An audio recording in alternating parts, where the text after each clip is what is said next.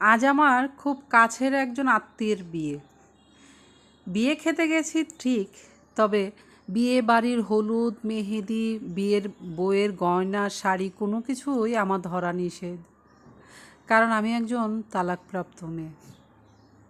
তালাক এবং বিধবা নারীদের নাকি বউদের কোনো কিছু এবং বিয়ে বাড়ির হলুদ মেহেদি কোনো কিছু নাকি ধরতে নেই। ওগুলি ধরলে নাকি অমঙ্গল হবে। আচ্ছা, কোথাও কি কোনো হাদিসে এটা লেখা আছে কোনো বিধবা এবং তালাকপ্রাপ্ত মেয়ে বিয়ের কোনো কিছুই ছুঁতে পারবে না? এটা অবশ্য আমার জানা নেই। আমি তালাকপ্রাপ্ত ঠিক, পরে অবশ্য আমার বিয়ে আবারও হয়েছে, তবে ওই যে তালাক, সেই নামটা কপাল জুড়ে এখনও লেখা রয়ে গেছে। তাই কোনো বিয়ে শাদিতে কোথাও আমার দাওয়াত রইলে মেহমানের মতো গিয়ে শুধু দাওয়াতটা খেয়ে চলে আসতে হয়। কোনো কিছুই আমি ধরতে পারি না। মন চাইলেও আমি একটু ছুঁয়ে দেখতে পারি না বউয়ের লাল বেনারসি শাড়িটা।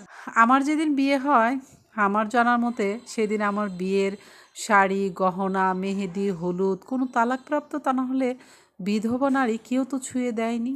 তাহলে আমার কপালটা এত পোড়া হলো কেন, বলতে পারেন কেউ? আমি দিব্যি আছি, সংসার করছি, সমাজে ঘুরছি ফিরছি, তবে সমাজ আমার সেই তালাকপ্রাপ্ত লেখাটা সবসময় মনে করিয়ে দেয়।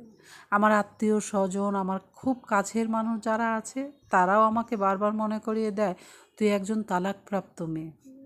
আমার একদম খুব ঘনিষ্ঠ, খুব কাছের মানুষ যারা আছে, তারা অবশ্য আমাকে খুব একটা পছন্দ করেন না, কারণ আমি তালাকপ্রাপ্ত মেয়ে। আমার জন্য আমার বাবা মা, ভাই বোন, তারা তাদের শ্বশুর বাড়িতে, বাবার বাড়িতে প্রচুর কথা শুনতে হয়, কারণ ফ্যামিলিতে একমাত্রই আমি তালাকপ্রাপ্ত মেয়ে। আমার জন্য পদে পদে তাদের অনেক অপমানিত হতে হয়। আচ্ছা, এখানে আমার দোষটা কোথায় বলেন তো? আমি আমার স্বামীকে নিজের ইচ্ছায় ডিভোর্স দিয়েছি, কারণ একজন পুরুষ তার অনেকগুলো ভুল যখন থাকার পরেও আমাকে বারবার বলে বের হয়ে যা, এবং রাত রাত 12টা নাই 1টা নেই একটা নারীকে একটা পুরুষ ঘাত ধাক্কা দিয়ে বের করে দেয় অল্প কিছুতেই, দিনের পর দিন শারীরিক মানসিক নির্যাতন করে, কথায় কথায় শরীরে হাত উঠায়, এবং অন্য নারীদের নিয়ে সে রাতের পর রাত বাইরে কাটিয়ে ঘুরে। সেই পুরুষকে ডিভোর্স দিয়েছি বিধায় আমি সমাজের কাছে খুব খারাপ। আমি একজন ভালো নারী কারোর কাছেই নই, কারণ আমার বাঁচার কোনো অধিকার নেই। নারীরা আসলে নিজের ইচ্ছায় ডিভোর্স দিলে, খারাপ স্বামীর কাছ থেকে চলে গেলে তাদের মনে হয় বাঁচার কোনো অধিকার থাকে না পৃথিবীতে। সে বাঁচতে চাইলেও সমাজের মানুষ, আত্মীয় স্বজন, কাছের মানুষগুলো তাদেরকে বাঁচতে দেয় না।